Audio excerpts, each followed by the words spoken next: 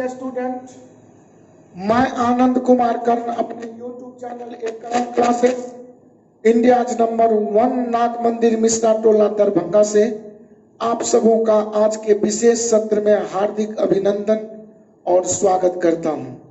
आज के इस वीडियो बनाने में मेरे टेक्निकल असिस्टेंट के रूप में हमारे चंदन जी मौजूद हैं और ये भी बता दूं, पर डे मैं बताता हूं कि मिस्टर राजू सर जी का नंबर 99 34 84 97 98 या आपके बोर्ड पर है और किसी भी प्रकार का कोचिंग संबंधी जानकारी आप मिस्टर राजू सर से प्राप्त कर सकते हैं।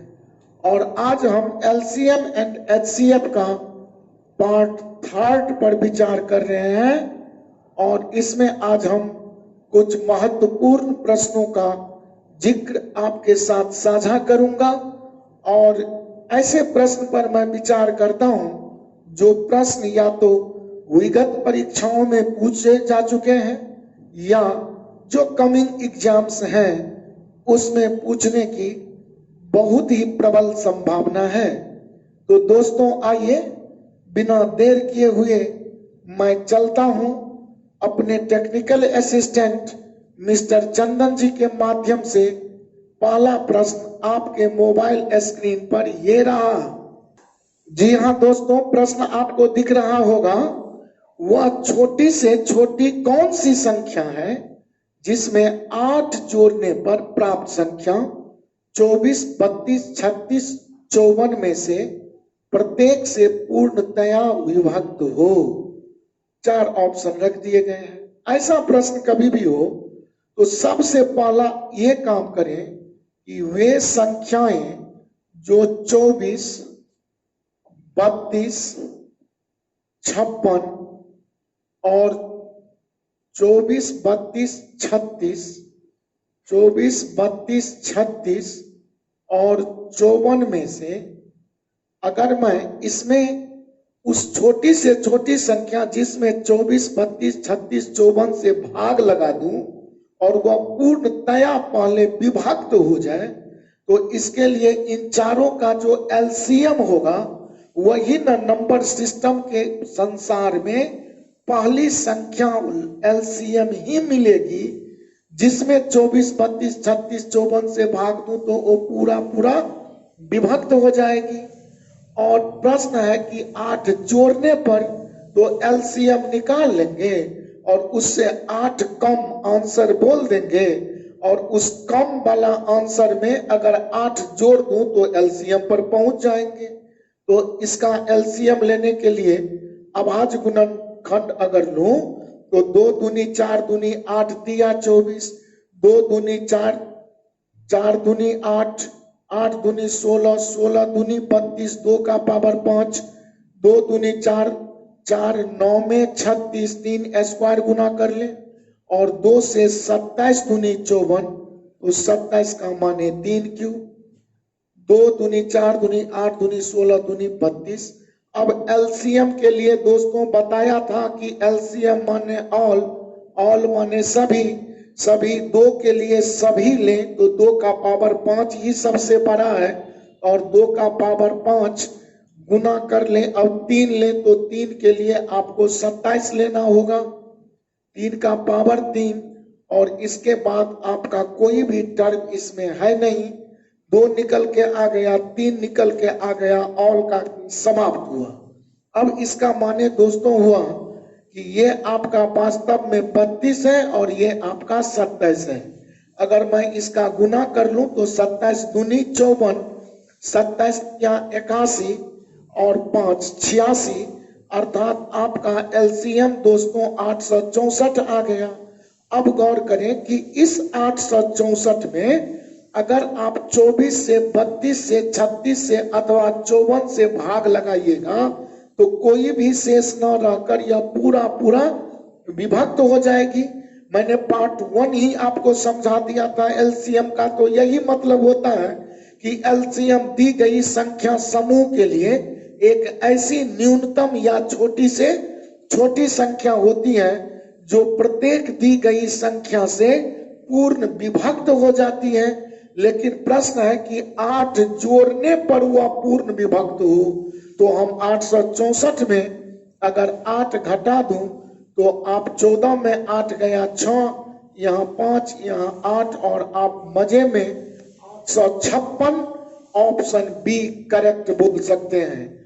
ऐसा प्रश्न जब कभी भी आपको पूछे तो आप मजे में प्रश्नों का आंसर दे सकते हैं, और इसके लिए कुछ भी ना करें, आप पहले 864 में 8 अगर घटा दूं तो यह 856 होगा, और इस तरह आपका आंसर फाइंड हो गया।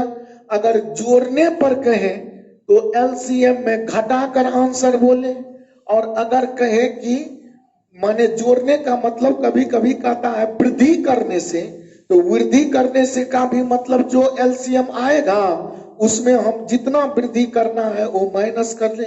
और कभी कभी आता है कमी करने से, तो जो एलसीएम आएगा उसमें जितना की कमी करने से उतना बढ़ाकर आंसर बोलेंगे तो मेरा आंसर फाइंड हो जाएगा। और इस तरह दोस्तों आपका ये पहला प्रश्न आज का समाप्त हुआ। नेक्स्ट क्वेश्चन आपके साथ शेयर कर रहा हूं, और अगला प्रश्न ये रहा। जी हाँ दोस्तों, आपका नेक्स्ट क्वेश्चन बोर्ड पर दिख रहा होगा।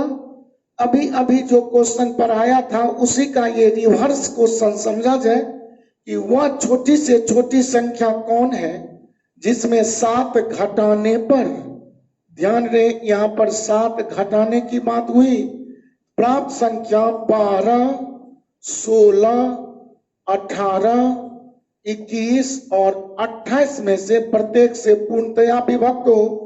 तो 12 को आप बोल सकते हैं 2 स्क्वायर गुने 3, 4 दिया 12, या 2 का पावर 4 माने 16, और या 2 गुने 9 का माने 3 स्क्वायर 18, 3 स्क्वायर 9 दूनी 18, ये 3 सत्ते 21, ये 2 स्क्वायर 4 सत्ते 28।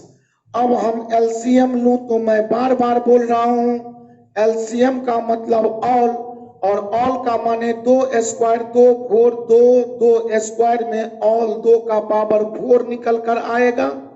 3 के लिए 3 स्क्वायर सबसे बड़ा है निकल के आएगा, और उसके बाद इसमें 7 भी 2 जगह आया तो हमें एक जगह का 7 भी कैरी करना होगा। ये हो गया आपका 16, ये हो गया 9 और ये हो गया 7।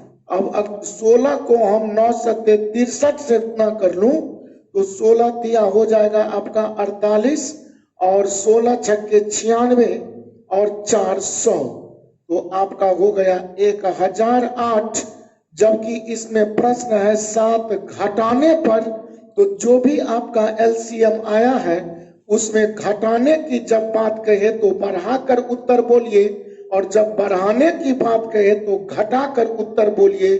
अभी अभी मैं बताया था, तो इसमें अगर 7 बढ़ा दूं तो हमारा 1015 हुआ न्यूनतम या लिस्ट नंबर, छोटी से छोटी लोएस्ट नंबर संख्या मिल जाएगी 1015, जिसमें अगर 7 घटा लेंगे दोस्तों तो यह 1008 प्राप्त हो जाएगा, जो 12, 16, 18, 21, 28 का एलसीएम ही था, और उसे तो पूरा पूरा कटना ही है।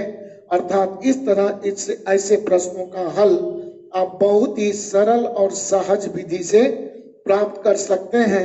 एलसीएम निकालो और खेल देखो, खेल समाप्त हुआ। और इस तरह आपका ऑप्शन नंबर बी 1015 बिल्कुल सही है, और आपका आज के सत्र का यह भी प्रश्न समाप्त हुआ। दोस्तों, बिना देर किए हुए मैं आपके साथ नेक्स्ट क्वेश्चन पर एक्टिविटी करता हूं। अगला प्रश्न आपके साथ आपके स्क्रीन पर ये रहा। जी हाँ मित्र बंधु, प्रश्न अगला आपको दिख रहा होगा। प्रश्न है कि पत्थरों के एक ढेर को क्रमशः 32,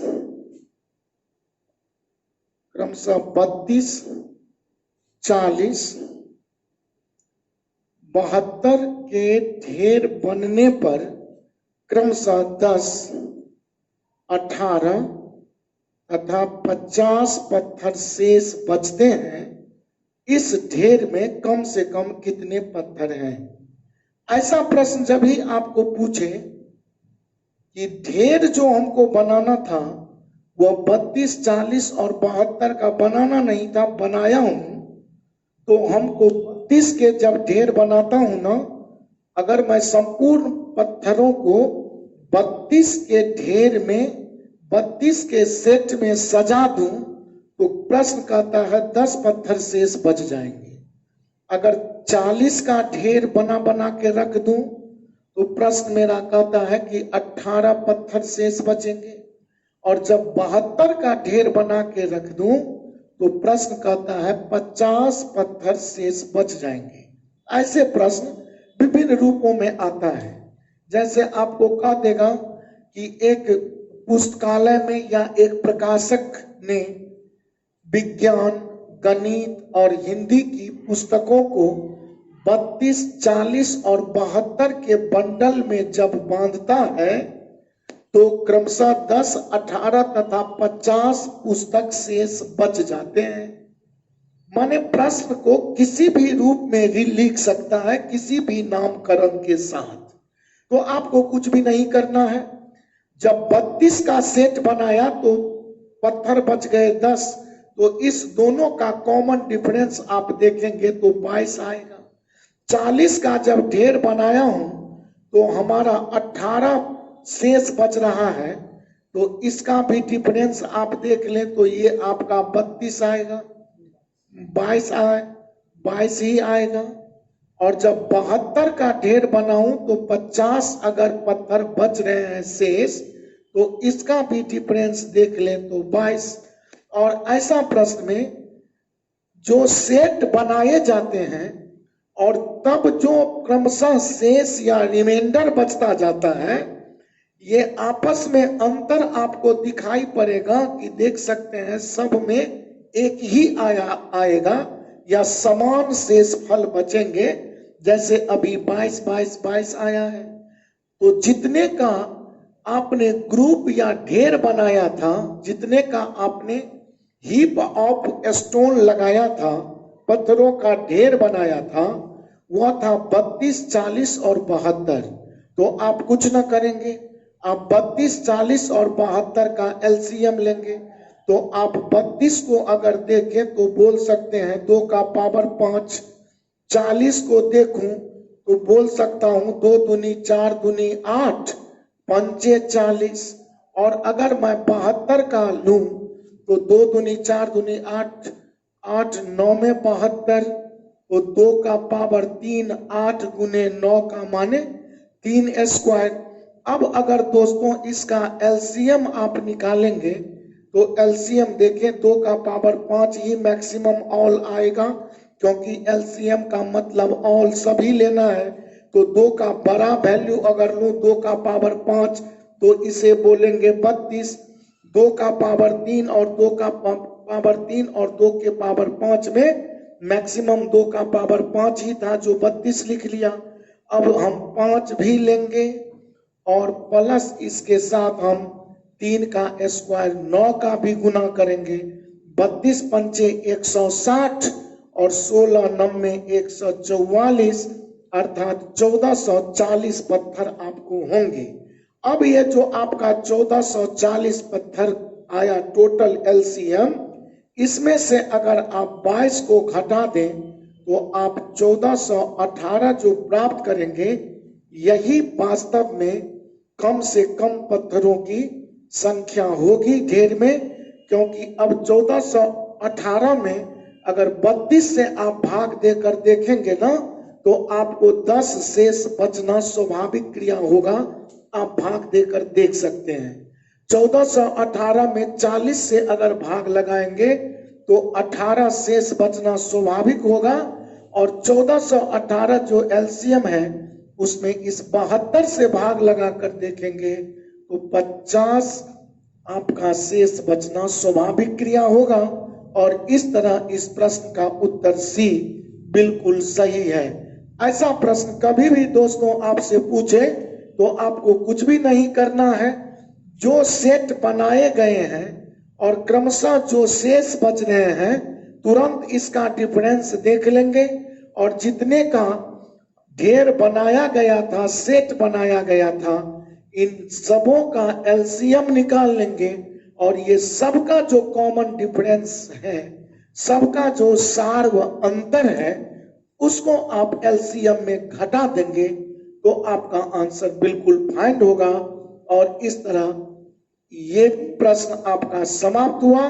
तो चलिए बिना देर किए हुए मैं नेक्स्ट क्वेश्चन पर एक्टिविटी कर रहा हूं। अगला प्रश्न मोबाइल स्क्रीन पर ये रहा।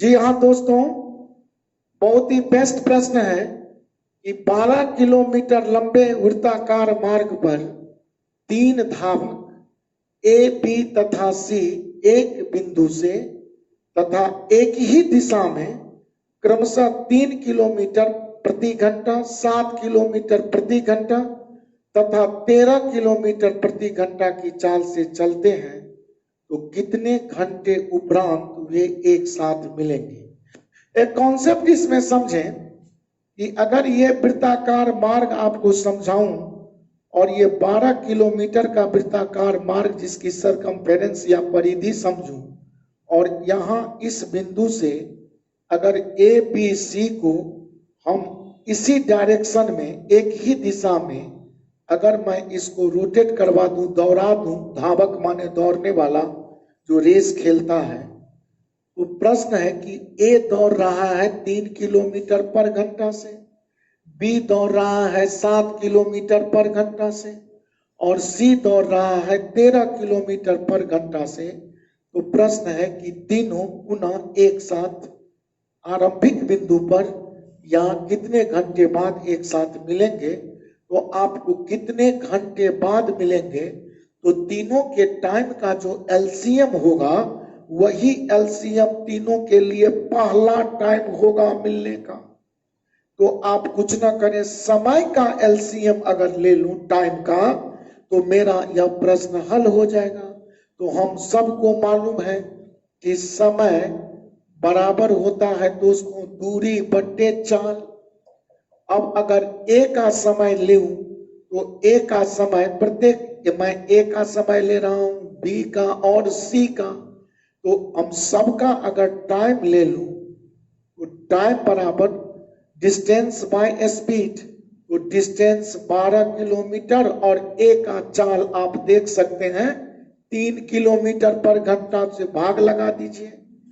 बी का दूरी भी तो 12 किलोमीटर, सबके लिए डिस्टेंस कॉमन है 12 किलोमीटर, लेकिन इसका चाल है 7 किलोमीटर पर घंटा, तो 7 से भाग लगा दिया चाल से, तो बी का टाइम 12/7 घंटा, ए का टाइम 12/3 घंटा।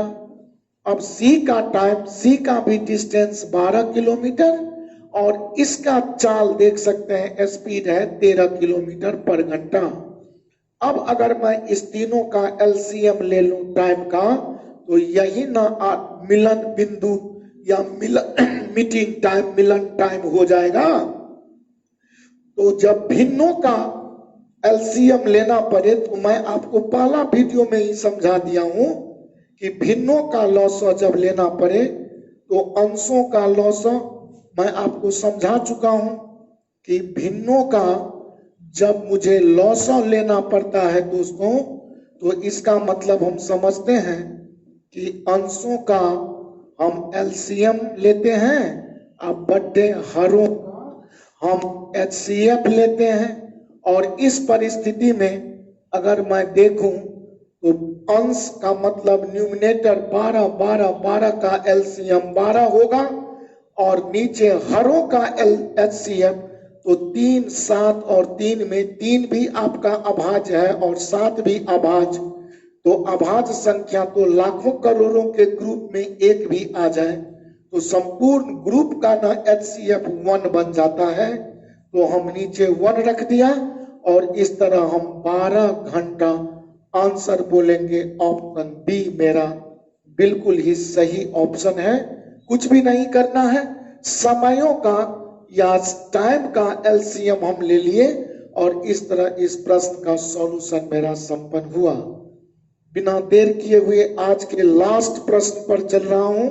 आज का अंतिम प्रश्न आपके साथ मोबाइल स्क्रीन पर ये रहा। जी हाँ दोस्तों, आज का ये अंतिम प्रश्न आपके साथ मोबाइल स्क्रीन पर दिख रहा है। बहुत ही मजेदार प्रश्न, लास्ट क्वेश्चन। मैं आज एक टाइप का क्वेश्चन आपको समझाया हूं। प्रश्न है कि 3 धावक एक ही बिंदु से एक वृत्ताकार मार्ग पर एक ही समय पर तथा एक ही दिशा में दौड़ना आरंभ करते हैं। ये लोग एक चक्कर लगाने में क्रमशः 45 सेकेंड, 54 सेकेंड और फिर लास्ट वाला व्यक्ति 36 सेकेंड लेता है। तो कितने समय बाद ये लोग एक साथ आरंभिक बिंदु पर होंगे? अभी अभी समझाया कि ऐसे प्रश्नों का एलसीएम लीजिए और आंसर में जाइए। तो एलसीएम 45 के लिए लिखूंगा 5 गुने 9, 3 स्क्वायर, यहाँ 3 तिया 9 तिया 18 दूनी 27 दूनी 54। तो कहेंगे 18 3 तिया 9 9 तिया 27 दूनी 54। तो 3 का पावर 3 27 दूनी 54 और ये 2 दूनी 4 और 4 9 में 36। अब एलसीएम जब लूं तो चलिए भाई 5 से ही शुरू किया जाए। तो 5 लिया। 3 के लिए स्क्वायर छांट कर क्यूब रखना होगा। 3 के लिए स्क्वायर से बड़ा क्यूब है तो 3 का क्यूब ही रख लेता हूं 5। और जब 2 की बात होगा तो 2 का बड़ा वैल्यू आपका 2 का स्क्वायर 4 है। और अब अगर गुना करूं तो 9 चौका 36 और 36 पंचे 180 सेकेंड आपका आंसर आ जाएगा। 180 सेकेंड। और इस तरह आपका उत्तर, ध्यान दें थोड़ा सा कहीं मिस्टेक नहीं तो हुआ। 45, 54 और 36 सेकेंड।